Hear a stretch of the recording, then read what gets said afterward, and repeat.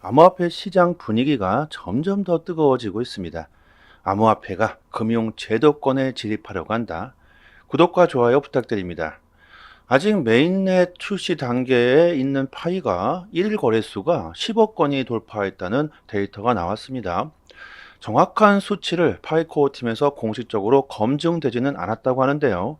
최근 파이가 대시보드 업데이트 및 서버 수정을 하고 파이 페스트 이벤트까지 진행하면서 파이에 대한 관심이 급증한 것으로 분석하고 있습니다.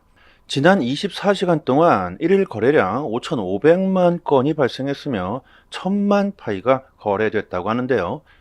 이런 수치가 중요한 것은 아닐 것이고 파이에 대한 관심이 증가하고 생태계 활동이 급증하고 있다는 게 중요하고 아직 메인넷 출시 전 단계임에도 불구하고 파이를 거래하는 사람들이 많아지고 있다는 게 가장 중요할 겁니다. 사람들이 많이 사용하면 할수록 잠재적인 파이에 대한 가치가 상승할 수밖에 없죠. 파이의 가장 큰 목적은 메인넷 출시라기보다는 수많은 사람들이 파이로 물품을 사고 팔고 할 수 있는 거래의 화폐가 되는 것이 가장 큰 목표입니다. 메인넷 출시는 그 과정일 뿐이겠죠.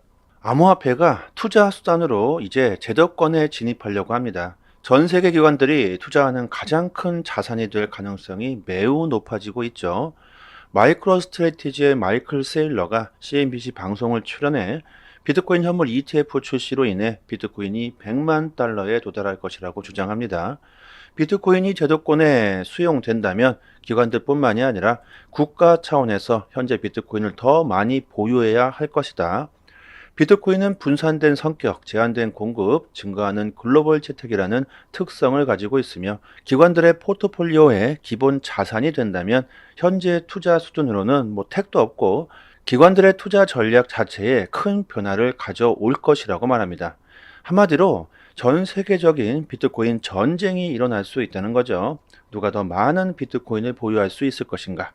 시간이 흐르면서 희소성이 증가하고 수요가 증가하고 공급은 줄어들면서 점점 가치 상승으로 비트코인이 100만 달러까지 도달할 것이라고 주장합니다. 그렇다면 일단 그 제도권 안으로 들어와야 하겠죠. 1월 10일 그래서 비트코인 현물 ETF가 되느냐 마느냐, 현재 암호화폐 시장의 최대의 이슈인 비트코인 현물 ETF의 마무리 화두가 현물이냐 현금이냐로 서로 의견 조율을 하고 있습니다. 블랙록이 결국 SEC의 의견을 받아들이면서 환매 시 현금 선정안을 SEC에게 제시하면서 빠르게 현물 ETF를 출시하라는 모습을 보여주고 있죠. 이제는 ETF를 언제 승인할 것인가만 남아 있습니다. 자, 그런데 SEC가 고집하고 있는 현금 거래 방식이 화두가 되고 있죠. 현금 거래 방식은 개인들에게 불필요한 비용을 부담하게 될 것이라는 겁니다. 포춘 크립토에서는 SEC의 이 결정은 일반적인 ETF에서의 현물 교환과는 맞지 않다. 금 ETF의 사례에서 보듯이 현물 교환 방식이 훨씬 더 경제적이고 효율적이라고 말합니다. SEC가 현재 현금을 고수하고 있는데 이 경우 개인들이 금전적인 피해를 볼 수 있다는 거죠. 비트코인과 현금을 교환하는 데 드는 비용을 ETF 발행사가 부담해야 하며 결국 이 비용은 개인들에게 전가되게 된다는 거죠. SEC가 현금을 고집하는 이유가 시장 조성자들과 ETF 발행사의 부정행위를 최소화하려는 그 의도로 해석될 수 있지만 실제 조작 가능성은 매우 낮다고 합니다. 이렇게 매우 낮은 확률을 가지고 비효율적인 현물을 고집하는 이유가 없다는 거죠. 겐슬러 SEC 위원장은 정말 패배하는 것을 정말로 싫어한다. 법적 공방 패배를 앞두고 비트코인 현물 ETF의 매력을 떨어뜨리려고 하는 것은 아니냐. 투자자를 보호해야 하는 SEC가 오히려 투자자에게 손해를 끼치고 있다고 말합니다. 정말 겐슬러는요, 시작부터 끝까지 욕을 안 먹을래야 안 먹을 수가 없는 것 같습니다. 자리가 사람을 이렇게 만드는 건지 아니면 일부러 암호화폐에 딴지를 거는 걸까요? ETF는 주식이지만 동시에 펀드죠. 펀드가 품고 있는 자산 가치가 ETF의 시총과 실시간으로 동일하게 나와야 그 의미가 있습니다. 여러분들 금을 한번 예로 들어봐 봅시다. 금 ETF는 금 시세를 그대로 따라가야 하죠. 금 ETF 100주를 상장시켰다고 가정하고 ETF는 주당 100원에 팔렸다. 시총이 그럼 10,000원이죠. 마침 금 가격이 온스당 1만 원이다. 따라서 금 ETF 1온스는 즉 1원어치 금을 사서 수탁회사에 보관하면 ETF 시총과 보유하고 있는 금의 시총이 똑같아집니다. 하지만 실제 시장에서는 이렇게 딱 맞아떨어지지가 않죠. 금 가격이 오를 것으로 예상하고 상장되어져 있는 금 ETF로 매수세가 들어오게 되면 주식 가격은 매수매도 수급으로 결정이 됩니다. 따라서 100주밖에 없는 금 ETF로 매수세가 몰려 들어오면 금 ETF 주가가 120원에 거래될 수도 있습니다. 이렇게 되면 금 ETF 시총이 12,000원이 되죠. 펀드에 들어있는 금 1온수는 아직 1만 원인데 말이죠. 이렇게 실제 금값은 오르지 않았지만 금 ETF의 주가는 올랐죠. 이렇게 ETF의 주가와 실제 금의 가격이 차이가 나게 된다는 겁니다. 이때 ETF의 운영사와 마켓메이커 간의 가격 일치를 위해서 거래가 일어나게 됩니다. 금 ETF 운영사는 ETF 주식을 추가로 발행하고 이 주식을 마켓메이커에게 넘기고 또 마켓메이커는 들고 있던 금을 그 ETF에 넘기게 되죠. 마켓메이커는 ETF 주식 전부 또는 일부를 팔게 됩니다. 이때 약간의 이익이 발생합니다. ETF의 주가가 실제 금 시세보다 더 높기 때문이죠. 금 ETF의 주가가 어떤 이유로 현저하게 또 내려간다면 이 과정을 반대로 하게 됩니다. 마켓메이커는 ETF 주식을 사서 ETF 주식을 운영사에 넘기고 대신 금을 받아서 아주 약간의 또 차익을 얻게 되죠. 주가가 실제 금 시세보다 낮기 때문입니다. 이렇게 ETF의 운영사와 마켓메이커가 주식과 금을 현물로 주고받고 하면서 금 ETF의 시총과 실제 금 시세를 맞추게 되는 거죠. 이 둘의 차이를 최소화하는 것이 바로 ETF 운영사들의 능력이며 실력입니다. 자, 여기서 문제는요, 이런 미묘한 주가 조절, 주식 발행량 조절 등 금 보유량 조절을 현물로 할 때와 현금으로 할 때의 비용 차이가 발생하게 됩니다. 거래를 할 때 수수료가 발생하고 보관 비용까지 같이 발생하게 되죠. 그렇기 때문에 현금이 아닌 마켓메이커와 주식과 금, 현물을 직접 교환하게 되면 그 비용이 훨씬 절감할 수 있다는 겁니다. 금 ETF는 실제로 이렇게 하고 있죠. 자, 여기서 미국 증권거래위원회 SEC가 주장하고 있는 것은 금 ETF와 달리 마켓메이커들이 비트코인 현물을 들고 있으면 안 된다고 우기고 있는 겁니다. 마켓메이커가 비트코인을 들고 있으면서 가격 조작을 하면 어떻게 하느냐? 자, 여기서 거기에 따른 블랙록의 주장은 이거죠. SEC의 감독을 받는 미국 내 마켓메이커가 가격 조작을 할 가능성이 사실상 없다는 겁니다. 해외 마켓메이커에 대해서만 현금 선 결제를 하자는 수정안을 냈지만 SEC가 이것도 탐탁지 않게 여기자 일단 현금 결제를 할 테니 ETF를 빠르게 출시해 다오. 그리고 나중에 현물 방식도 변행할 수 있다는 신청서를 이렇게 수정을 한 것이죠.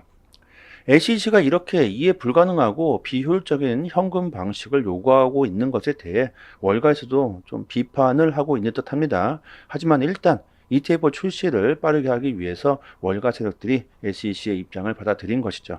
ETF 운용사의 비용이 더 발생하고 결국은 소비자들에게 그 비용이 전가될 수 있기 때문에 SEC가 비트코인 현물 ETF에 딴지를 걸고 있다. ETF의 매력을 한 번 더 떨궈 놓고 있는 거라고 비판하고 있는 겁니다. 자, 내용은 이렇습니다. 여러분들이 어떻게 생각하실지 모르겠지만 저는 SEC가 정말 소비자들을 보호하려고 하는 건지 의문이 드는 게 사실입니다. 마켓 메이커들을 제대로 규제하면 되는 것 가지고 왜 비효율적인 이런 방식을 택하는 걸까요? 아니면 무슨 꿍꿍이가 있는 걸까요? 저는 이렇게밖에 생각이 들지 않고요. 일단 중요한 것은 ETF 출시가 빠르게 진행되고 있다는 것은 명백한 사실입니다. 브라이언 암스트롱 코인베이스의 CEO가 암호화폐는 화폐의 미래이며 전 세계적으로 4억 명이 넘는 사람들이 암호화폐를 보유 중에 있다.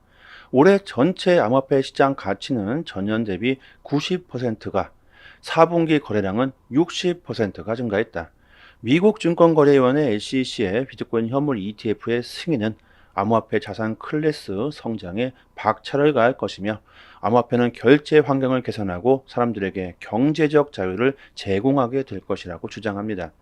월가의 세력들과 코인베이스 그리고 SEC 모두가 한 통속이며 미국이 암호화폐 시장을 장악하려는 모습을 보여주고 있는 거죠.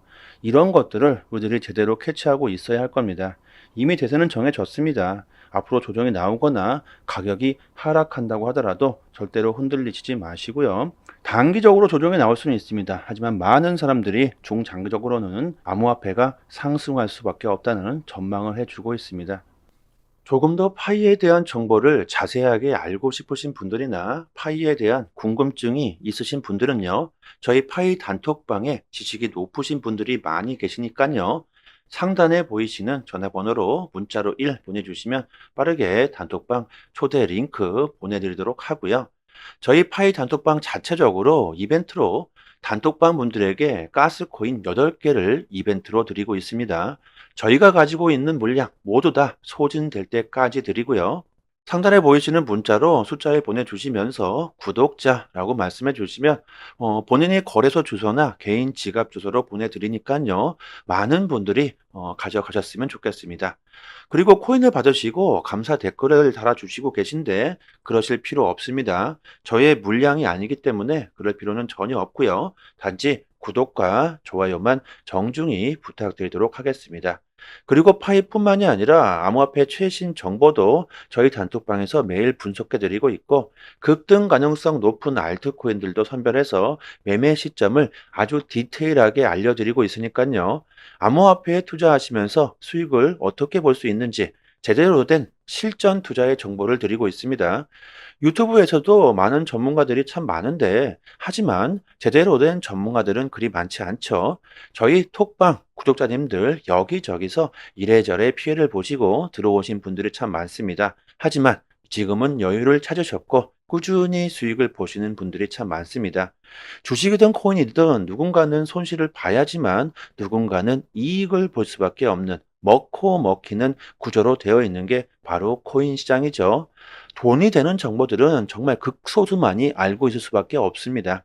고래들의 움직임, 온체인 지표, 세력들의 거래량, 자금 이동 방향 등등 상당히 많은 분석들로 디테일하게 매수 사이드를 드리고 있으니까요.